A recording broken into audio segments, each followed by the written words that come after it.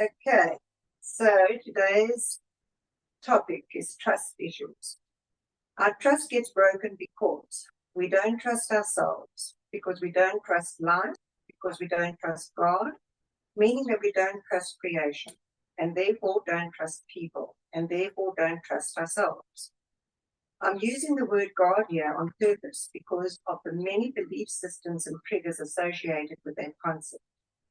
We believe that God has needs and wants and desires and rules and conditions and commandments. We believe in a vengeful God that will punish us if we sin or do something wrong, and will throw us into hell forever if we are not perfect, even though He Himself has kicked us out of Eden and basically condemned us to be born in sin and be forever broken. Unless, of course, we are good little boys and girls and become absolutely perfect, never thinking, feeling, saying, or doing anything wrong ever. And if we do sin, we must beg for forgiveness, which we might or might not be granted, depending if He's in a good mood, loving, or bad mood, judgmental and vengeful on the day. And that is the highest way He could express His love for us, was to kill His only Son. Well, that might cause one or two trust issues in us, but that's not all. Even if we are doing everything we can to be good, we still get hurt.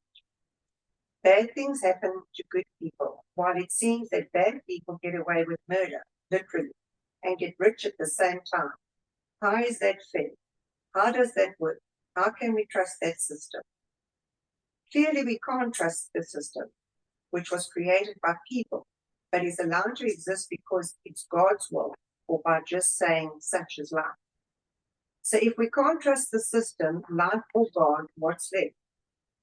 Then we try to trust other people because we believe in the goodness and love that we feel within ourselves, but we get betrayed, hurt, abused, screwed over by them. The only thing left to trust is ourselves, the I, the me, which quickly become me, because we're special and entitled because we are victims of the cruel world. I am good. I am not a bad person, I say to myself, and I believe it. But soon I find that even though I try to be good, I also hurt people, intentionally or unintentionally.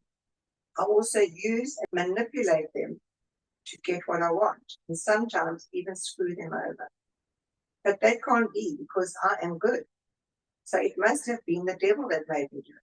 Or can I blame any other event, person, thing, money, circumstance, anything I can find outside of myself to justify my actions? But deep down, I know it was just me, my needs, wants, desires, and narcissistic self.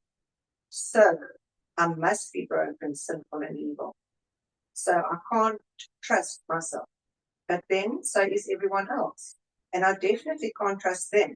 Life only brings me pain, so how can I trust that? And God created life, and that's clearly flawed, so I can't trust Him. This all leaves me utterly powerless, confused, worried, anxious, depressed, and terrified. What to do, who will save me? And here is one of the greatest false beliefs that causes all of this, that someone or something from outside of myself must save me from my bad, broken self. The second is that the all that is needs something from me to save it. Then it can lack something, not be perfectly what it is, judge any part of itself, not be a core part of everything that is, even lowly me. The third is that I know better than God, creation, life, the universe, and everything else, that it should be catered for my every need, which it does, by the way, but unconditionally. Never cause me any pain whatsoever, and generally jump if I think about anything I want. Because if it doesn't do that, it breaks my trust. Really? Don't I need to change some of these beliefs? Are they true or even mine? But why do I need to change things that are clearly and obviously true for everybody? We all get hurt, fact. We try our best to be good and still bad things happen, fact. We trust other people and they screw us, fact. We want to enjoy life, but it brings us pain, fact. And because we know this, we live in fear, waiting for the other shoe to drop even in the good times. Fact. So we worry and stress. Fact. But events are just events.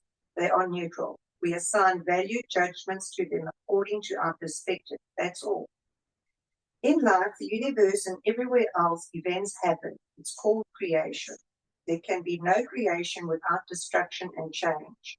Change is painful if we have a certain belief system around, or pleasurable if we have another. So we can accept that events happen. Fact. We judge them to be good or bad, and that they have no intrinsic value. Fact. So we can choose how we experience events. Fact. What we judge as negative events are the ones that teach us the most about ourselves. Fact. So we can reframe them as learning opportunities and therefore gifts. Fact. So life gives us exactly what we need, how we need it, when we need it, to expand and grow. Fact. Looking at it from this angle, can we trust life? Yes, we can. Some of these events will include people who play their roles in the event perfectly. Fact. If we are part of events, we play our role perfectly. Fact. We mirror both the good and the bad to each other through these events. Fact. Can we trust others to do them and us to do us? To play our parts perfectly, honor our soul contact, and act as mirrors for creation to know creation? Yes, we can. And can we accept that for all of this to happen, there must be a source to it all that we unconditionally allow, cherish all of it? A God that unconditionally loves all that is. Yes? And if everything is unconditionally loved, does that not include all of us? Yes, it does. Fear separates and love unites. If love unites all, are we not also part of that love?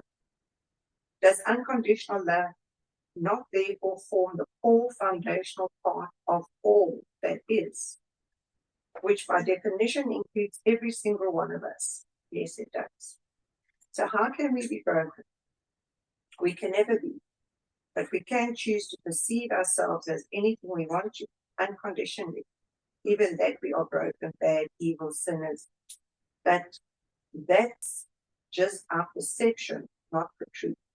So, we can trust God, creation, life, and everything else. We can trust life to bring us events and that they will change us, our perceptions, our experiences, and how we express ourselves. We can trust other people to play their roles in these events. And above all, we can trust ourselves. Trust ourselves to survive, thrive, learn, change, grow, and move closer to a full expression of love. Trust that we are unconditionally loved. Trust that we are unconditional love, pretending not to be. The bottom line is that we cannot not trust. We can trust in fear or trust in love. Trust that all we will ever get from life is pain, or trust in change and that it serves us. The choice is yours to make. So the one thing I didn't put in there was, even if you can't settle for any of that or can't relate to resonate with any of that, the only thing that we can trust is change. So change will happen, and that's not even a trust issue. That's just the knowing. That's just obvious. Things will change. So it's more, how do we trust ourselves to handle that change? Can we trust ourselves to handle change? Can we trust ourselves to learn from change? And what is the core belief underneath all of that that believes that any change that happens must be pleasurable for us? I never used to trust change, but I've had so much of it that I now don't mind it, because I know it's going to turn out to be good. Okay anyway. Yeah. And better. Yeah. Yeah. Good or better. It's going to be better. Better. It's going to be better from the previous time, and we fixed all that nonsense and going into the next change with that wisdom. Yeah. So yeah. I think that trust is not so much in your soul.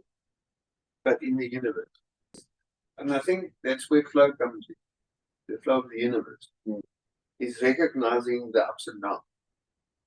Yeah. Also accepting that life lives us and we don't live life. You are the creator of your own universe, and you can manifest what you want. Is also in it. In it, but yeah, what do you create? On what level do you create? The experience that you want to have. Yeah. At what level? Experiences with people, learning experiences.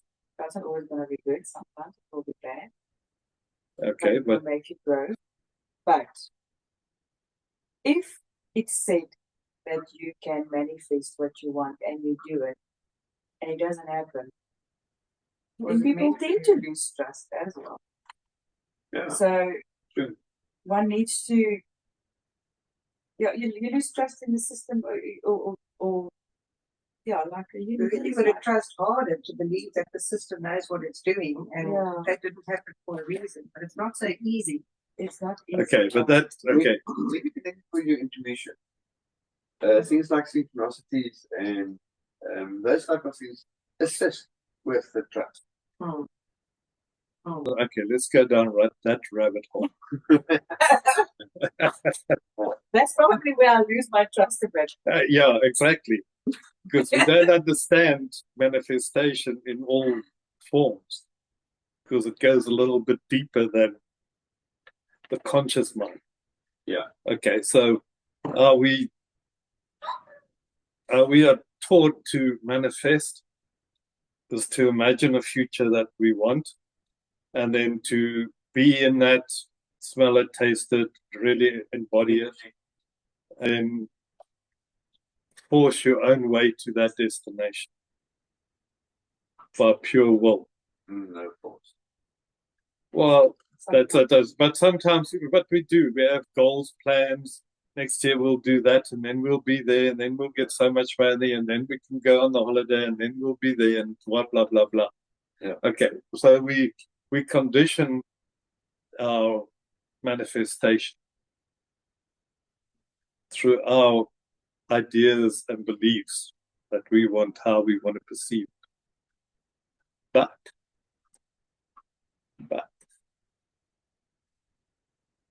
that's one level of manifest. There are a whole lot of other levels of manifest, because there's the mind, so that's intuition, and visualization and imagination. Because how do we actually manifest something that we haven't experienced or haven't picked up from other people's experience of what we've seen on TV or whatever? That's one level of, and one body of imagination. So we got many bodies. We have a mental body, emotional body, energy body, light body, causal body, lots of bodies. And within that, there's also the subconscious and the belief systems. So if we manifest or picture something that we manifest, but there's a core belief system that we're not worthy, or that we don't trust it to happen, or that we insist in it happening in our way that we want it, that's limiting the flow. Okay. So if you take all of those things put together, what is that? It's called life. So from your higher self, a higher perspective, because we might think we know the route to get there, but we in the valley, if somebody is on top of the mountain, they got a clear view of exactly what's where. So a higher self will have a clear view on what we want and the way we want we're supposed to be going. So instead of like cracking through the thorn bushes and like over the rocks and through the rivers and all that kind of stuff, it might just know, well, actually, there's actually just a path and you can just walk down the path of least resistance. But that might be completely different to what you've actually expected it to, or what you envisioned and your path to get there. And that's why I say life lives us. Because we have to trust the whole of the universe has to agree with your manifestation. And not only the whole of the universe, but your soul and your soul path and your soul theme for this life. But also your higher self will obviously show you the better way to do it and the easiest way. And we also think that it's a force and will thing. So we're suffering our path to our manifestation. Because forcing something and having to have our will pressed upon the universe to manifest something is hard. It takes energy. If we can trust life to live us, because theoretically it should know better, because life will involve all the bodies, physical, mental, emotional, spiritual, energetic, blah, blah, blah, causal, and the higher self and soul, and also source. So if we allow life to live us, instead of trying to imprint our will and force onto life, we have an easy flow and things will happen much better than we can even think or manifest or think that we want to manifest. Because the universe will have a much, much bigger picture, a much better outcome for us, and a lot easier way to get there. A few small things and a small change of perception. Okay. So there was a question that I had. I'm sure there's a couple of questions coming up. So should you just sit back and enjoy the ride? Like without any expectation, without any plans, without any goals, without any desire, without anything, and just accept what comes your way. And accept that that is what you manifest, or that's what's meant for you. I think we're born with passions, whatever we're passionate about, and I think that is the direction we should follow and our gut. And yes, we can have a vision of what we want our outcome to be and believe it's going to be that way because the universe wants it to. Because that is why you have that passion. Yes. So the thing is, what's your highest excitement?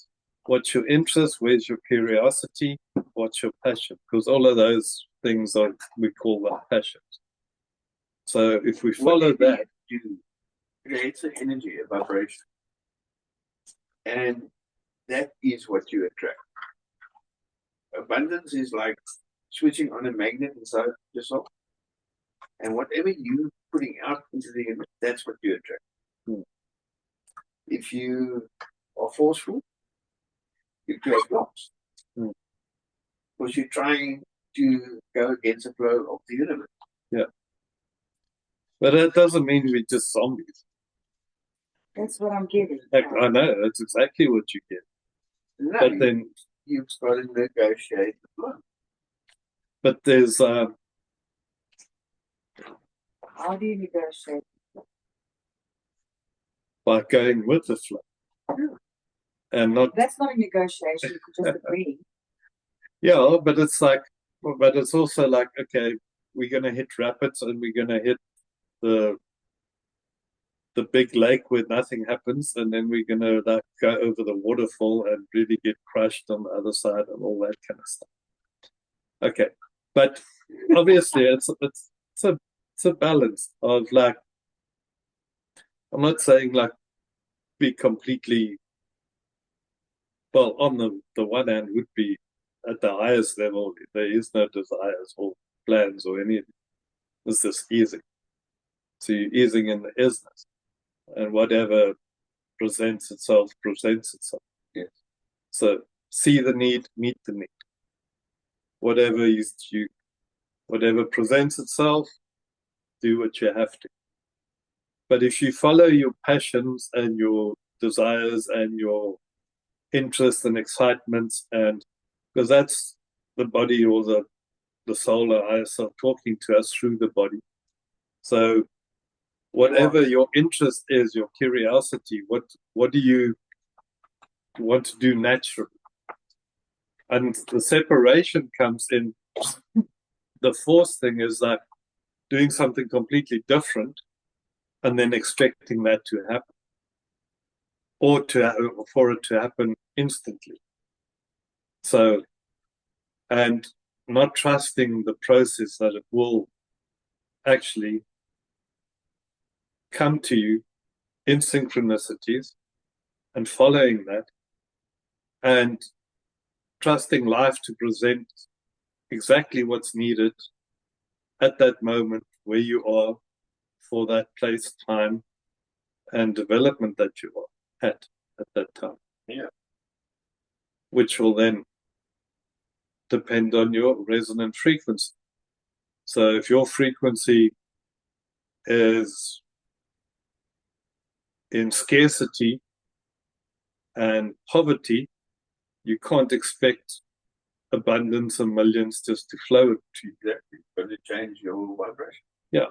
So, and part of that is the whole thing to live into that manifestation, so that you change when you're in that manifestation mode and you see your final outcome. Yeah. Is to really live it and to be that. And then from there, let it go and trust that the universe will bring it without you directing. Yes. Because we think that we have to do something to have something to be something. So I have to do something, start a business or whatever, and then I'll make money and then I'll be a businessman or whatever it is. But it works the other way around, because it's be, do, have. So if you're being, you will naturally do things that's interesting to you, that's your passion, that you're curious about. And because you're being it already, you will do certain things. And if you do certain things, you will have certain things. So if you are a businessman, you will find some sort of way to make a business, doesn't matter what it is. Selling cookies on the street or whatever, making lemonade or whatever. And that will then build. And if it's your passion and everybody comes together, you will start a small shop and then a big Coca-Cola business or whatever. So that's the easy flow and the natural way to do it. So it's once again just a swap around. So be, do, have instead of do, have, be. Yeah. So that the difference, like being born into basically abject poverty or into riches. So from like being born into a palace with everything that you need, versus being born on the street and having to fight for survival every day. Is that correct? Yeah. Okay. Depends how we view that once again. If we believe that that we choose our path as a soul, so that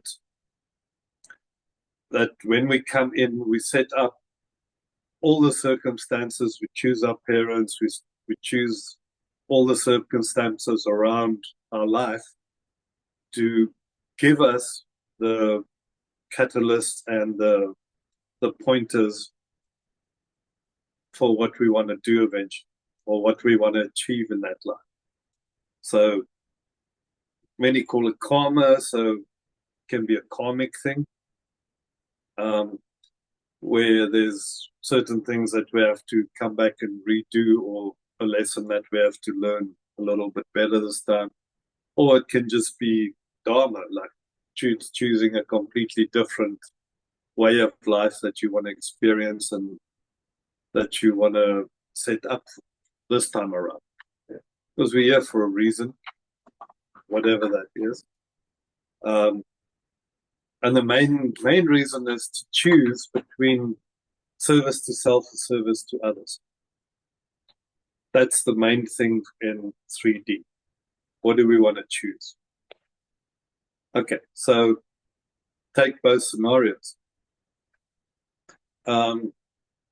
Easiest one, being born in a palace, was the Buddha. He never saw death. He had everything that he desired. But he was like served on day and night. He never wanted for anything. Until one day he went outside of the palace. And then he saw somebody that was sick. And that was completely foreign to him. So it was like, what the hell? How do people get sick? Because in the palace, he never saw anybody that was sick. And then he saw poor people, and he couldn't understand that, like, how could people be starving? Because he had 20-course meals every day, whatever you wanted, or when you wanted it. And then he also saw somebody dying, all on one trip. And that's what freaked him out completely. And then he went on his journey of self-discovery, and he tried all different kinds of things, following all kinds of traditions and practices. And after many years of vigorous disciplines and following very hard paths, because in those days, and still there's a lot of different paths to go. So the aesthetics and the hermits and the not speaking and standing on one leg and all kinds of stuff. And eventually he gave all of that up and sat under the Bodhi tree and became enlightened. And his whole thing is if you look at Buddhism, it's the end of suffering. So his whole take was everything is an illusion, Maya, and for us not to suffer, we should have no desires. So it's overcoming our desires, which would be, from a Buddhist perspective, he would be completely right. It's like no desires, no plans, no anything. Follow the path, which from the Taoist tradition would also be the way. So, and the way is just the way. It's whatever happens, happens. And you follow that. But that's one path from the palace.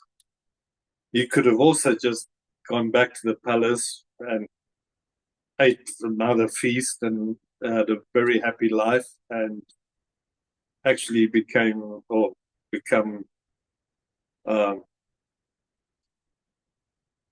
maybe even a little bit of an awesome. And because he never had any idea of pain or having choices or suffering or anything like that, he would just like do the Marie Antoinette thing.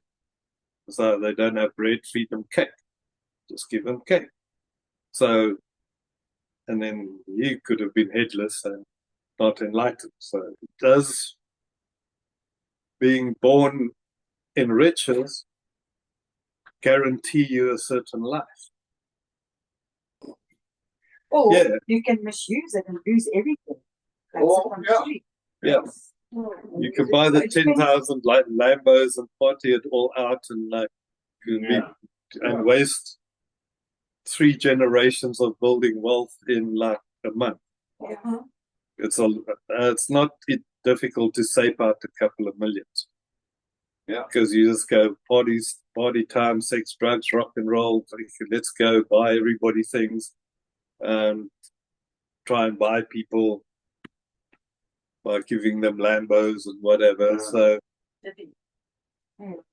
yeah, and then what happens? Like, where do you sit and where are all those people when you actually hit rock bottom? Okay, so that's the one side of the point. The other is being born in abject poverty. So yeah, you can have a look around, and you are influenced by your surroundings and the people. The 5 people closest to you is what's going to influence your life. So if it's hunksters, gangsters, and you're dealing drugs at like 12 by killing somebody and getting into the gang, yeah, that's another choice and another way of doing it. But there's also a lot of people that come from nothing, and a lot worse circumstances, abuse, everything else, that will decide that is not their fault. That is exactly the reason they need to actually make something of themselves. It's like the old dog lying on the porch on a nail. If it's just like there, it's a little bit uncomfortable, but it's not too bad. Nail's just there, but it's not piercing skin or something. Until you move and it's like, okay, that's ouch. But then you really shift and you go sit on the thing and it like pierces skin. You jump up. That dog's good at they could move its horse. So sometimes we need a nail to actually get us to lift our asses up and do something. But we can also then blame life for having a nail on the porch. Play victim. So it's once again that trust thing. What do you trust? Are we going to force it? Or are we going to make use of all opportunities, make use of all resources? Something the old man told me that was like always. It's like, oh, I don't have money to do this. So make use of all resources. Yeah, don't always need money to do something. Very seldom, actually. Yeah. Because there's a whole lot of different ways of abundance. Because we see money as abundance. And if we don't have money, we're not abundant. Yeah. Money is one of the ways, but there's a lot of other ways that we're abundant. Yeah, better way. Well, just other ways. Depends on where you are. Yeah, where you are and how you view it and how you see it. First of all, how do we define abundance? It's like, is it health? Is it family? Is it security? Is it place to stay? Is it being able to think? Yeah. In both scenarios, it's like you can blame being born in poverty all your life and not learn from that. Because what's poverty teaching you? It's teaching you to see the other abundances in life. Yeah.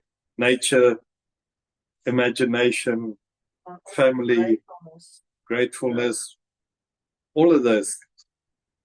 That is what it's teaching. So if you don't want to, if it's your choice once again, do you want to see the lesson? Do you want to learn from the gift that life has given you by putting you into that situation? By placing the nail on the porch? Or do you want to be the victim and blame everybody else? I can't do it because I'm poor and I had this upbringing and I had this stuff happen to me and this events occurred to me and this happened.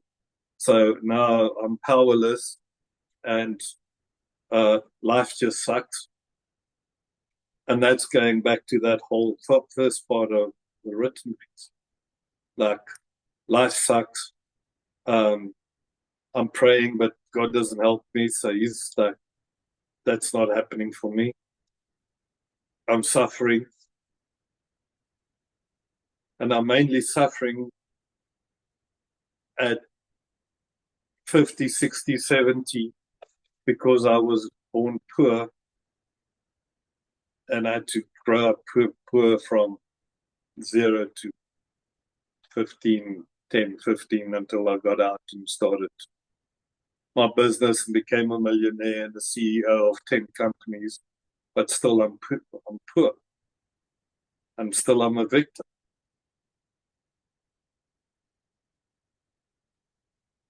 Because it has to come from somewhere. And that's from the outside. So it's either colonialism or the white man or that or men or whatever the case may be. Anything that we can blame for our inability to see the negative or see events in a positive way instead of a negative. Because remember, events are neutral. Events are events.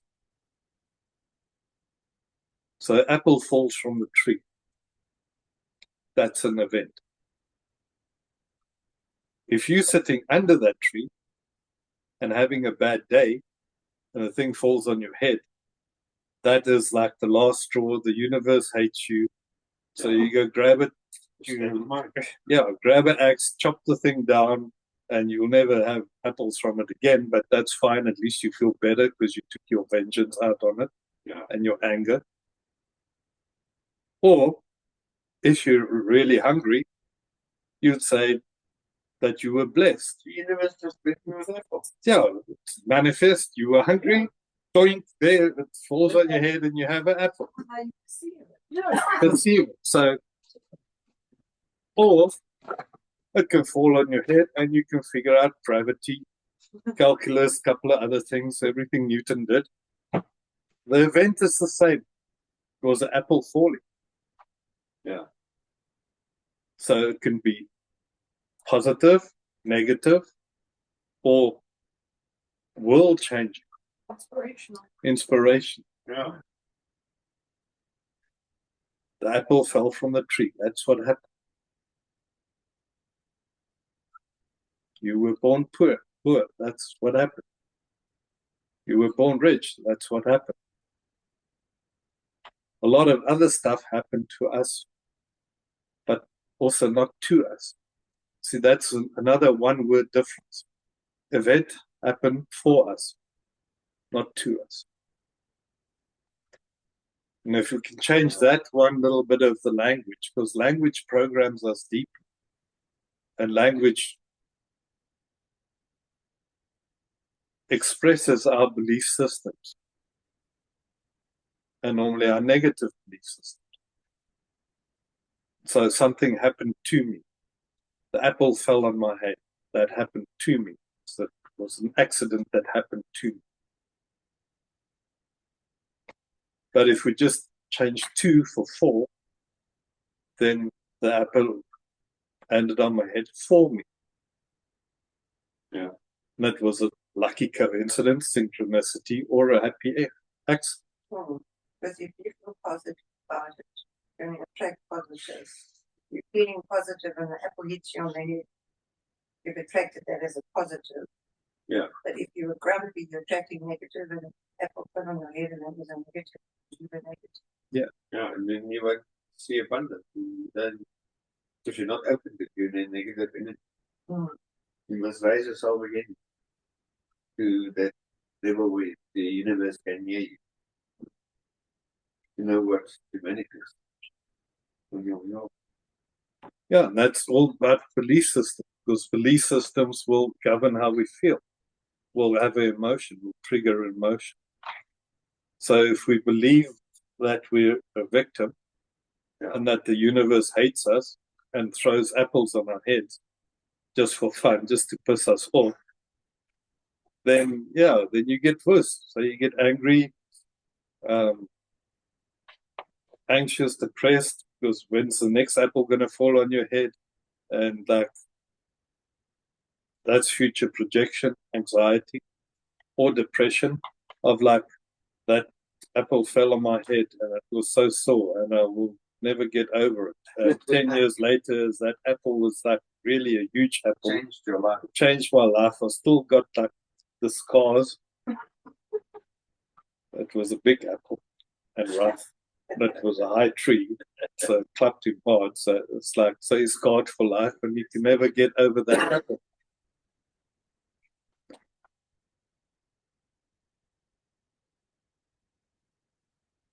And you also asked earlier about forgiveness and how do we treat that apple falling on our head, and how do we let that go?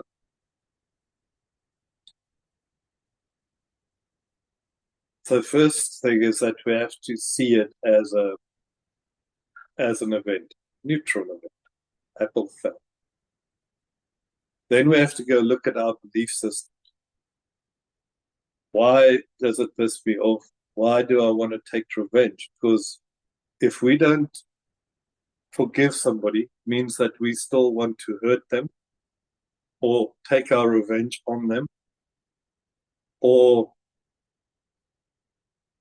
in the lightest kind of retaliation, at least get them to understand the pain they put us through.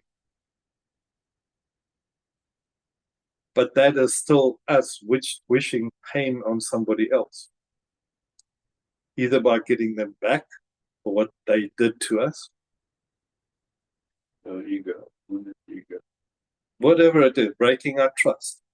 So they broke our trust, so we want to get them back for that. Locks us in that loop. Energetically, we feed off that, and it keeps us lower vibrational, in a low vibrational state, because we are now wishing harm to somebody else. And by wishing harm onto somebody else is also harming us more than the other person. So vengeance, retaliation, for anything. And that can be any of it.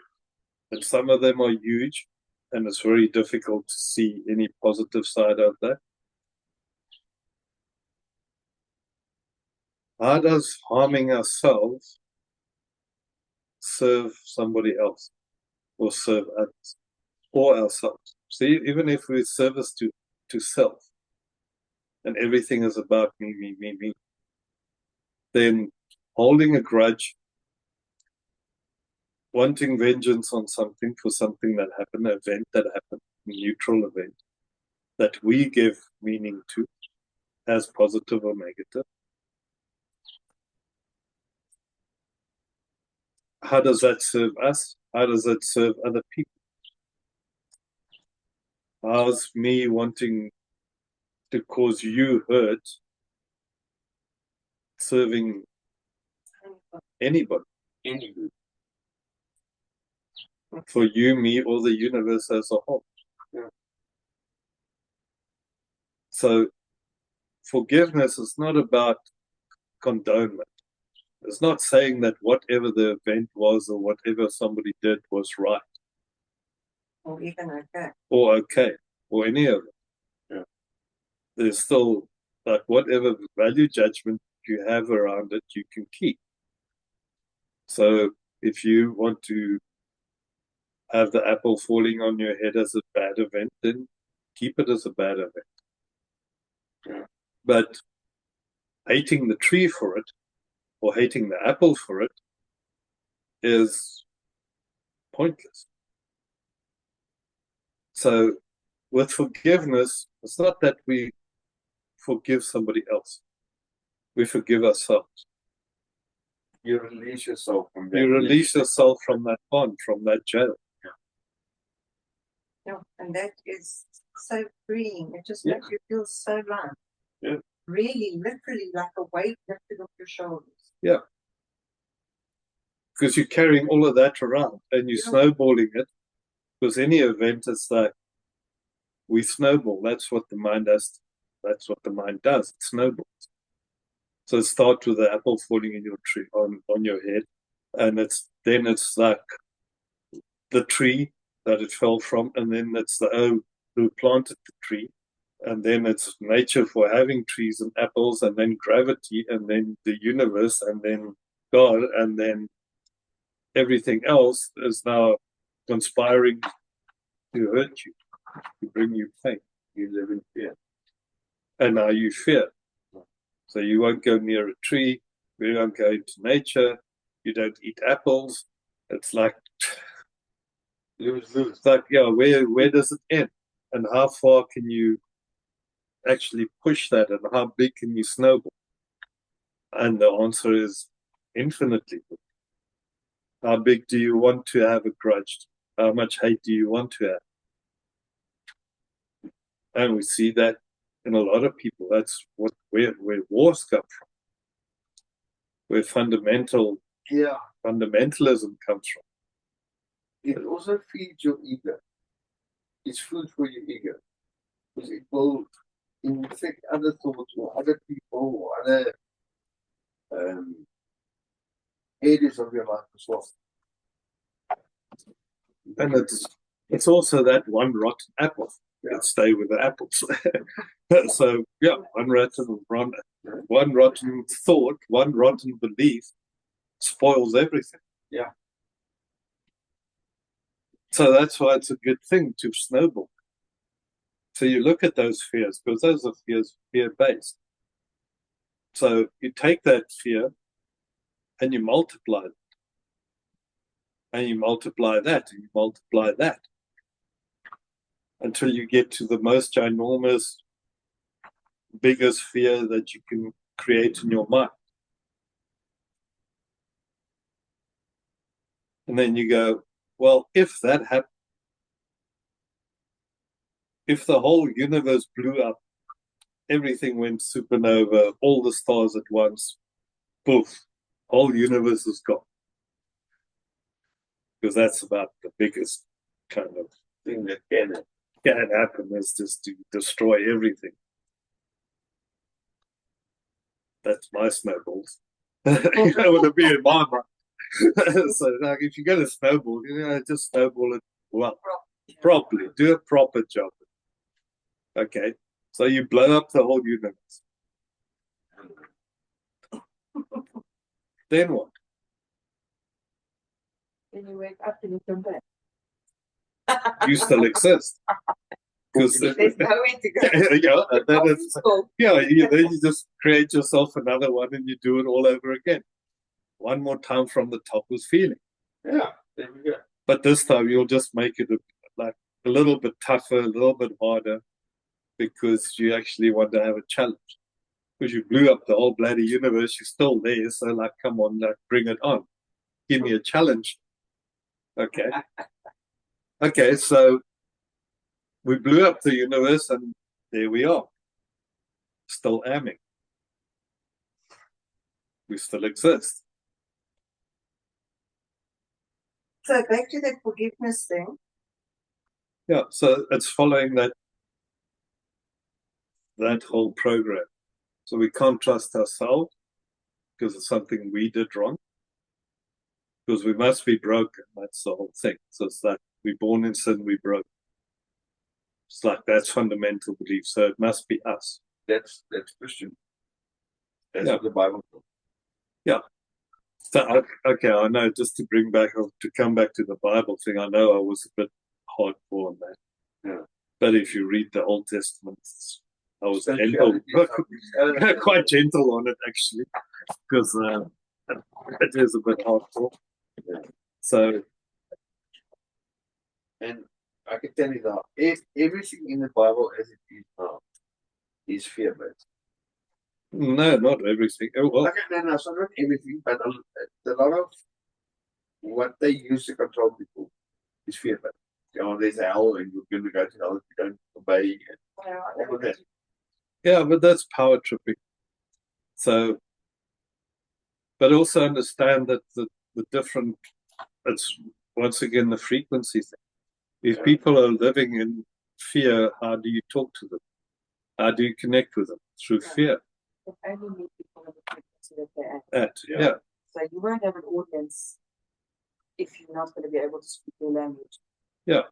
Well, even JC wasn't accepted 3, 4, 5,000 years later, or 50,000 years later.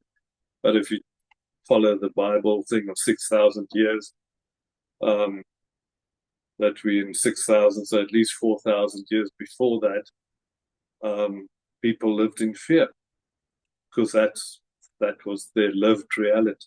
Yeah. Because you were battling to eat. You didn't have fridges or Mr. D or supermarkets or anything like that. So life was hard. You were lucky to make 45 was old. Then you were old man.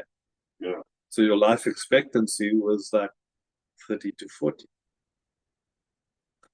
So to go to them and say, well, there's abundance, it's like, no way, Dad. Yeah. Bullshit. Yeah. There's just no ways that you can actually see that. You can fast forward them and take them to Pick and Pay or wherever, Woodies, and just have a whole building full of food and stuff, and they'll just die in shock because it's just too much. Yeah. So it's good to remember the time when things are said and the examples used to relate to that. And it's also, and where are we in the chakras? So in what energy stage? And humanity does also go through the chakras. So if it's root-based and it's all survival, it doesn't help to come explain third eye and stuff like that, or crown and connectedness. So you approach it through what they can understand. And if they understand force and will and violence and vengeance, then you give them commandments to control them so that they can be subservient. So it's not a bad thing, it's not an evil thing. It's not just a vengeful God that will just kill you all the time. I know I went down that road, but that is one perspective of the Old Testament, where it's coming to people or relating to what they can understand, the easiest way and to make their lives the way for them to live their lives in the easiest way that they can relate to. Then you have laws and all those kind of things, do's and don'ts and have to's and everything like that. But then there is a shift, and the shift that we're going through now as well. So that if you into astrology and all that, so that was the shift into Pisces. We're now into shift in Aquarius, the age of Aquarius and the new age and all that kind of stuff. So and that's where JC came in, the beginning of the age of Pisces. That's why his symbol is the fish. So, Interesting. yeah, see, back. All connects. Yeah, so back in the day, Jesus' day, they used to signal to each other by drawing a fish in the sand to say, I'm Christian. Yeah. That's crazy. Yeah, it was a thing. So, but now we're moving into the age of Aquarius, but we're also on the shift from 3D, if you want to do a 3-dimensional Earth, to a 5-dimensional or 4th density. Yeah, which is another change in consciousness. Out of suffering to heaven, want to call it that. Yeah, well, just a different level. Yeah, just a different way to experience this. Oh, no, I was just saying about I've been having 2 months of overthinking situations or events that happen because we try and control the outcome. So my experience was, oh, I'm supposed to sleep, but I've got a problem that I've got to sort out because this is how my brain works. So now's the time to think about it when you want to sleep. Let's sort it out. And then you play all the different scenarios. Yeah. About how things can happen and how it should happen and how we see it happening, and so that I can choose the right one, because now I want to also thinking I'm going to manifest the right path here, but I don't know which one to manifest unless I play them out and get all the different paths that it can go. Yes, got to snowball all of them. It's like it. And just to realize that maybe I've got control, trying to control, but then it's not a control problem. We just realize it's a trust problem, because I wasn't trusting that what is for me will naturally come to me without any effort, without any struggle. And you taught me that. You sat on the grass there, So and taught me that. So we learned the lesson, because the lesson came in a different form, not in And the you one went that you through it anyway. and you went, yeah, you go through them anyway. So you did. Come out. And you come out all right. So that was just the why my eyes are and it was now I can recognize it as being a trust issue, having a trust issue. So now I can't challenge you anymore. But we can take it further. Can't take it further.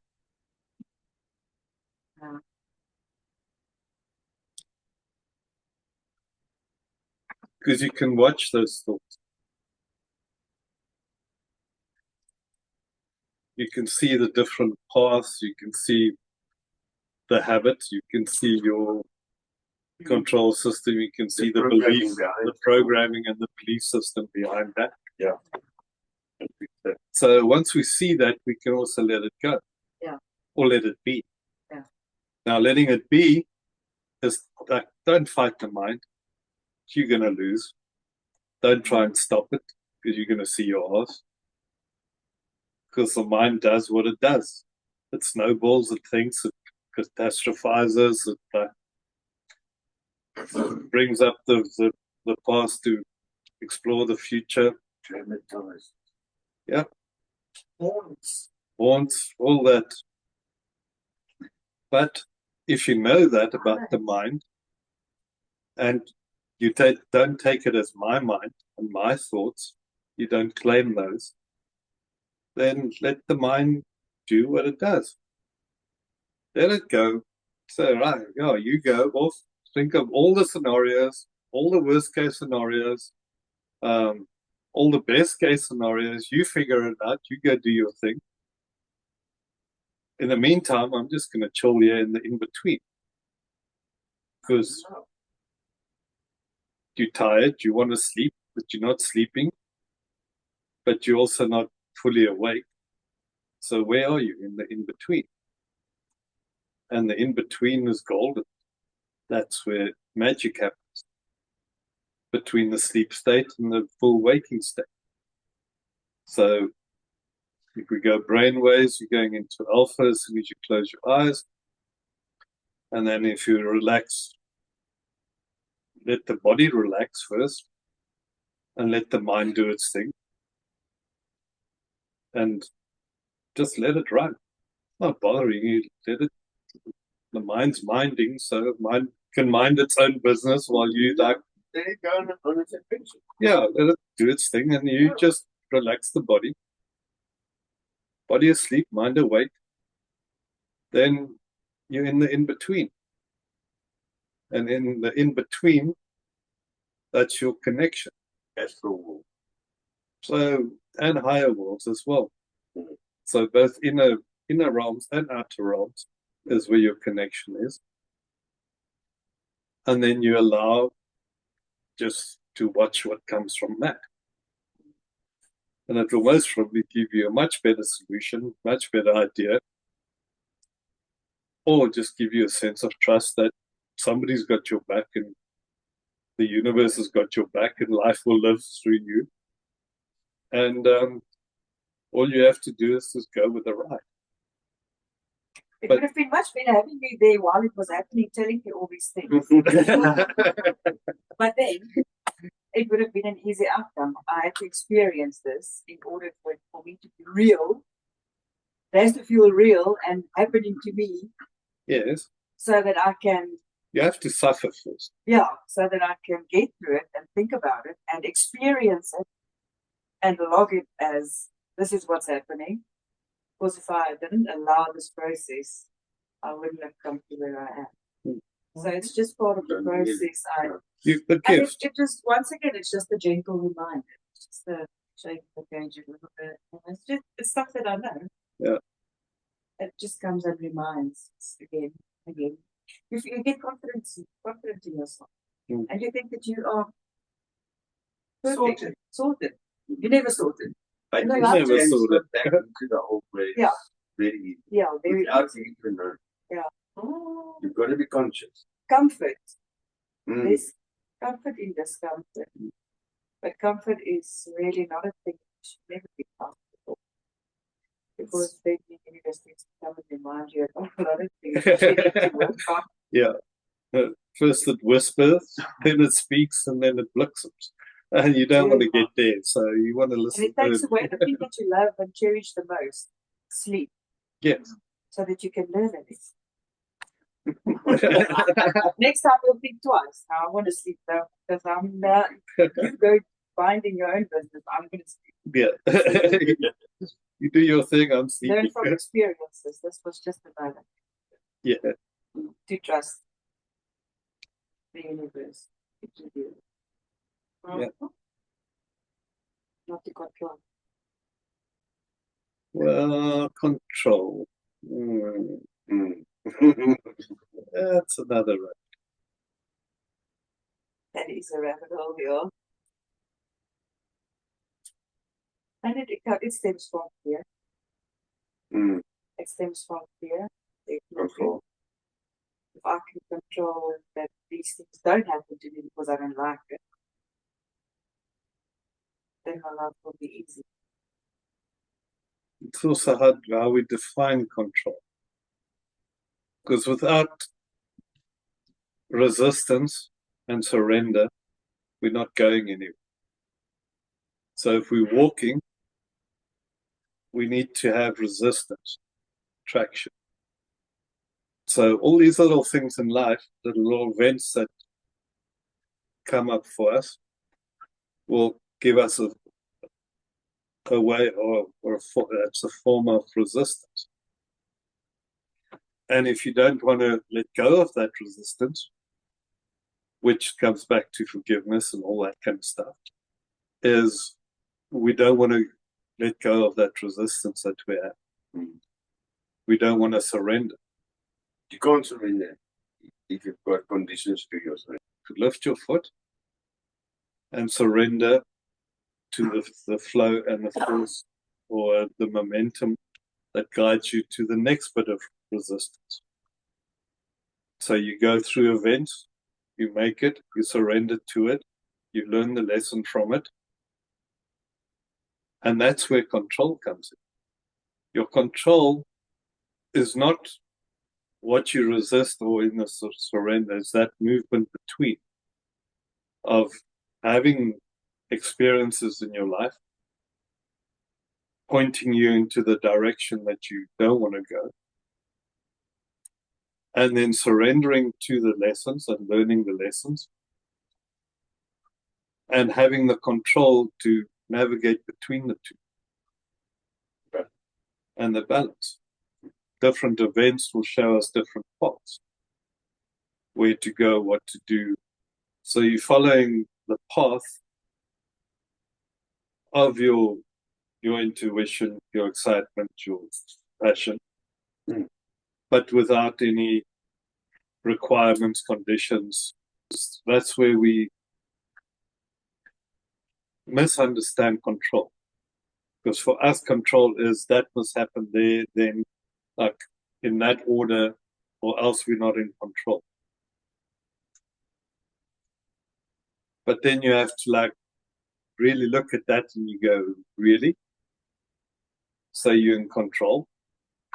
Really? Do you understand the simplest movement that you make? Did I control that? Yes, no? What's the general take? Did I just do this? Yeah, you're right. Yes? Was I in complete control of that? Yes. Yes? Okay, so I told the right muscles to do exactly the right action, the ligaments, the blood flow, the amount of energy I needed for that, all of that stuff. I'm completely had complete control of all that. That's just biological systems, but then also energetic systems, nadi, energy flow, prana. Did I get enough? Did I take enough air in? Did I breathe enough to actually do that? And how do I know how much I did and what it took to go, and why not there and why there? So the illusion of control is that I've moved my arm, yeah, my hand, yeah. The real control that I had over that whole process is one idea. And the whole of the universe had to agree with me and work with me. Gravity had to work with me. The universe had to work with me because of the nutrition I got. Earth had to work with me. Gaia was there feeding me. To put all of that stuff in place, 8 billion people had to make me sit here to be able to do this here. Yeah. So did you really have control? No, So- you had an idea. Exactly. You got no control, you have ideas. Yeah. And then you have ideas about ideas, and then you have belief systems that govern those ideas. If I believe, if you put me under hypnosis, and you give me a hypnotic suggestion that I'm frozen and I can't move my hand, trust me, I would not be, no matter how hard I try, I would not actually be able to do that. And that's a subconscious little program. One word, you can't move, or like a couple of words. Yeah. Little suggestion, you So can't move this your hand. control, the hypnotists, The subconscious. So hypnosis would be putting you into a subconscious state. So and he's got control of your mind and the whole universe that you work with him to get that control of your yeah. mind. And you also had to give permission and had to surrender. Some people you can't put into hypnosis. You have to surrender. You have to surrender. Yeah. But it was like, but you surrender to the belief system. So if I can stop you moving by a couple of words, what else can I make you do if I bombard you with advertising in everything on the TV, on everything that you see in the shops, the different colors? So how much control do we have? Remember, for every body, so like a mental body, there's a will.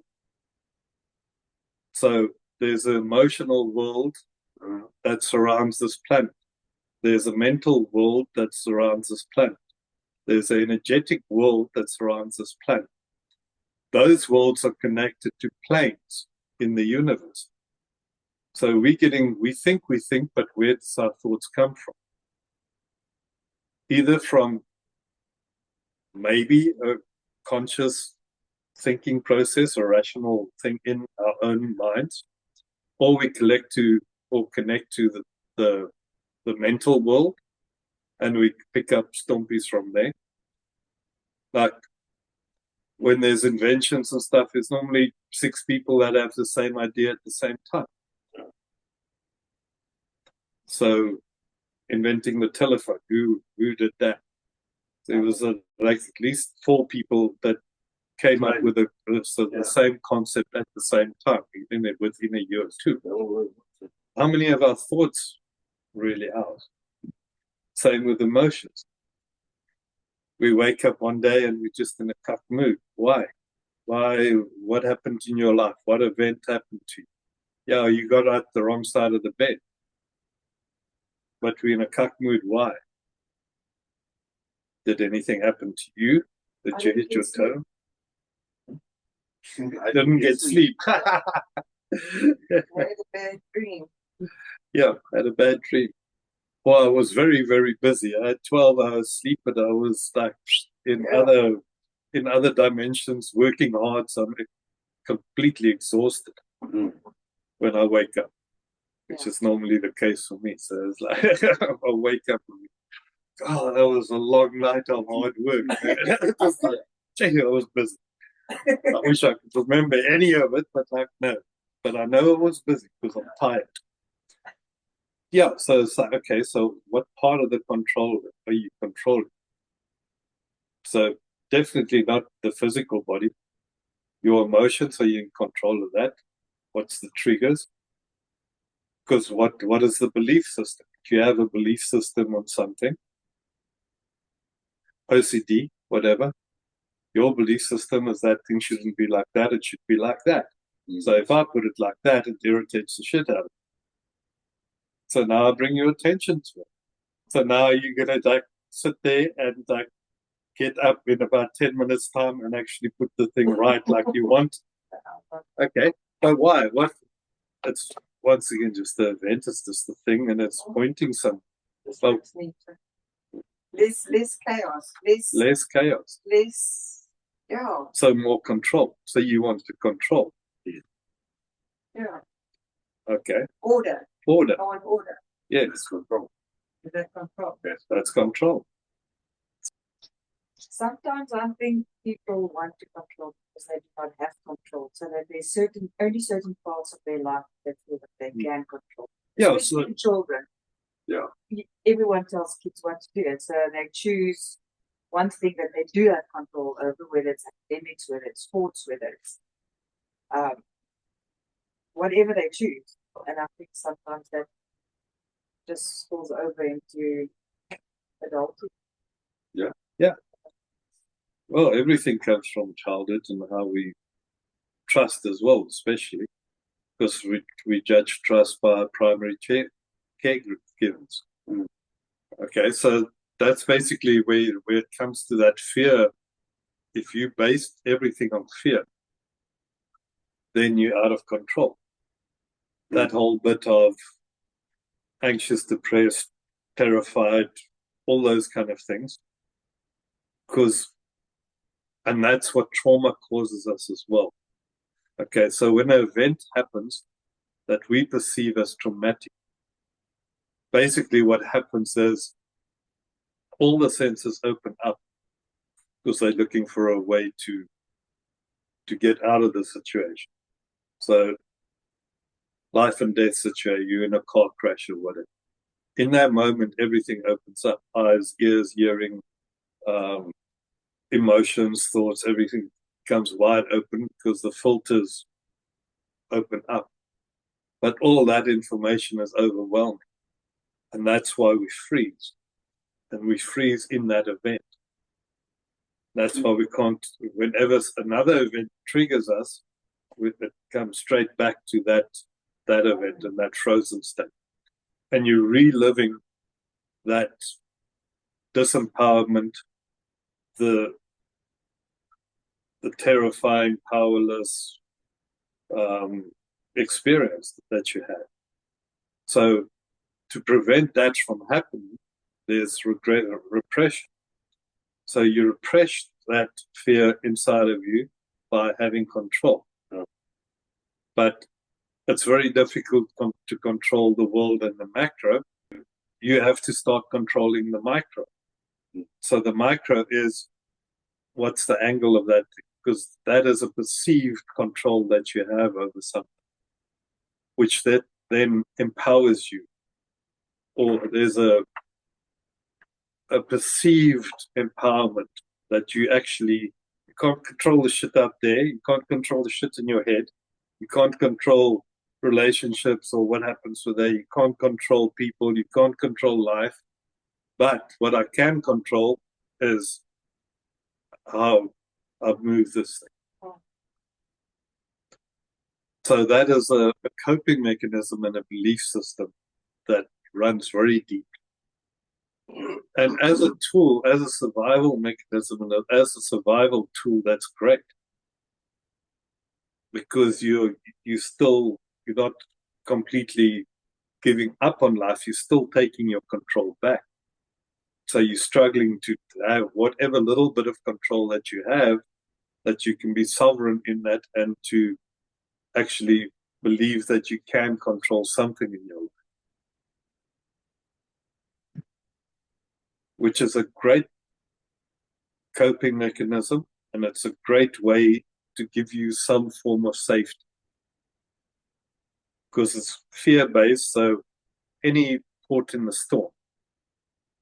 What we then tend to do is, because that works for us and that gives us a sense of safety, we try to then expand on that. And then we don't only control the single object, we have to control all the objects in our space. And all the objects in our space will include people in our space. And if it includes people in our space, it will include events in our space.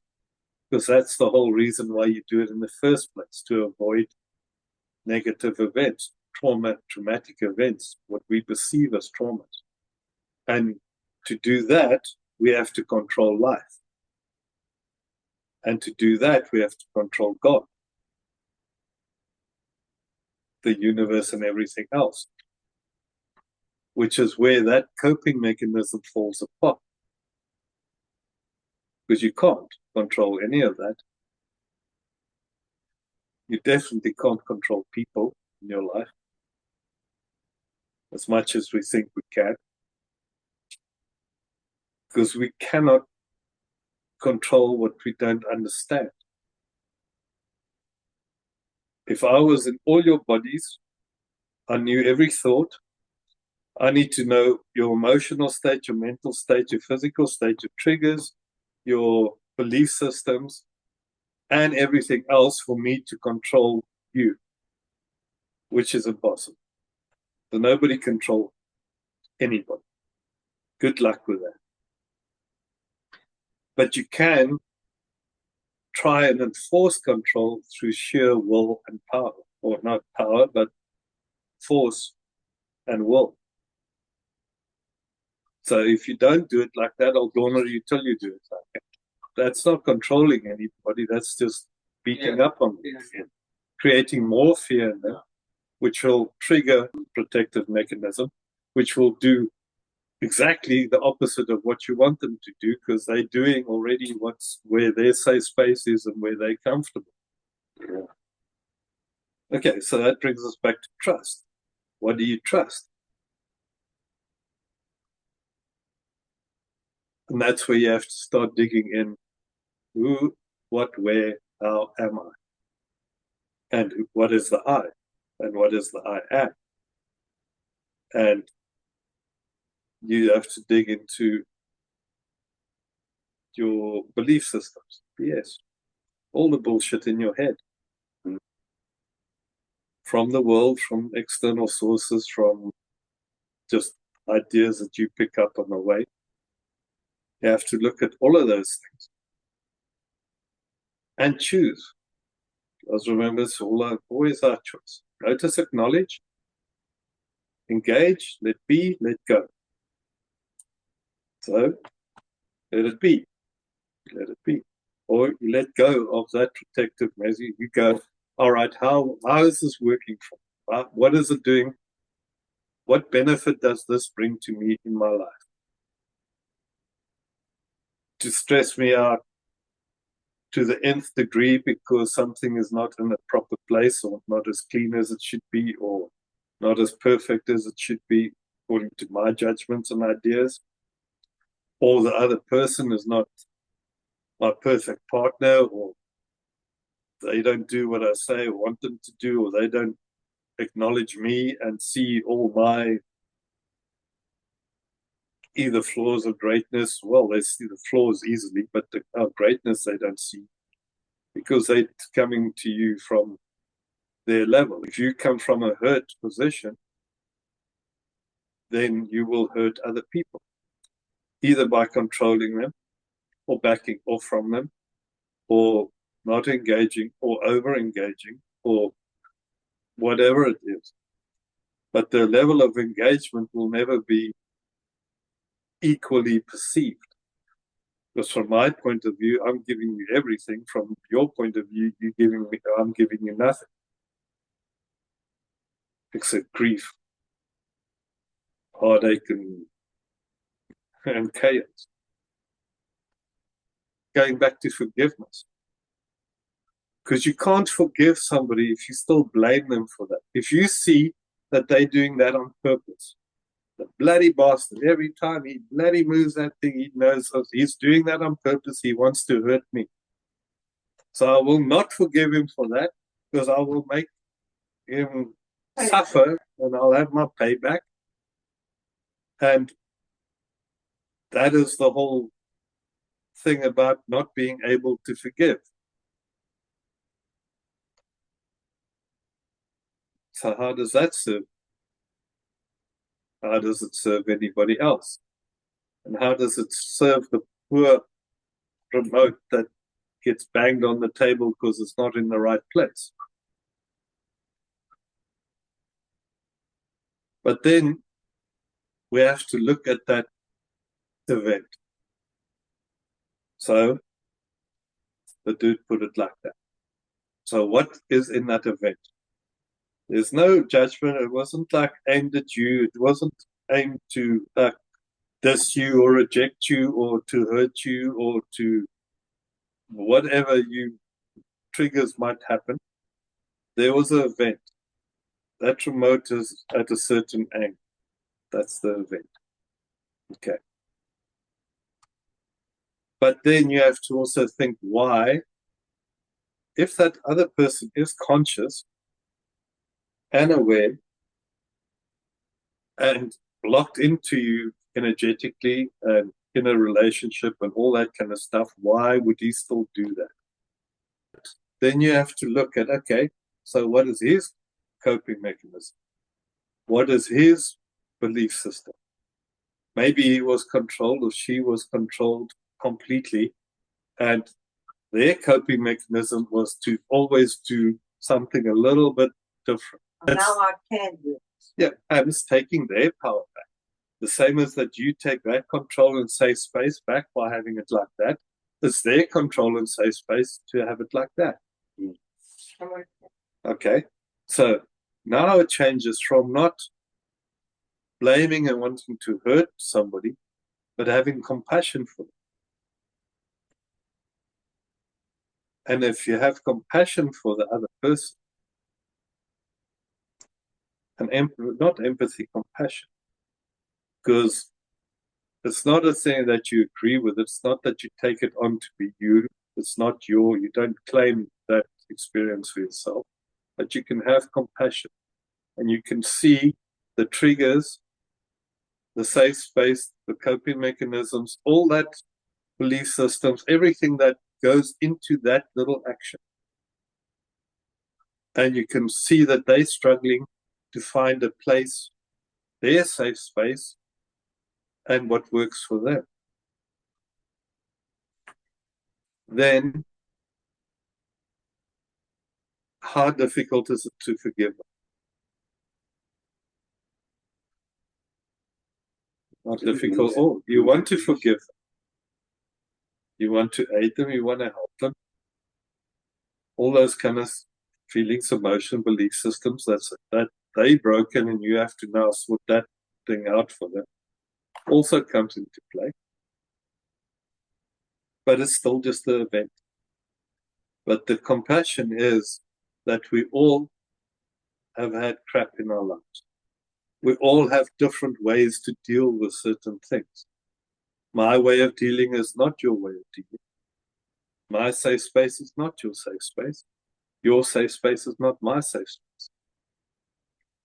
But I can understand that you need a safe space, and I understand that you're taking your power back.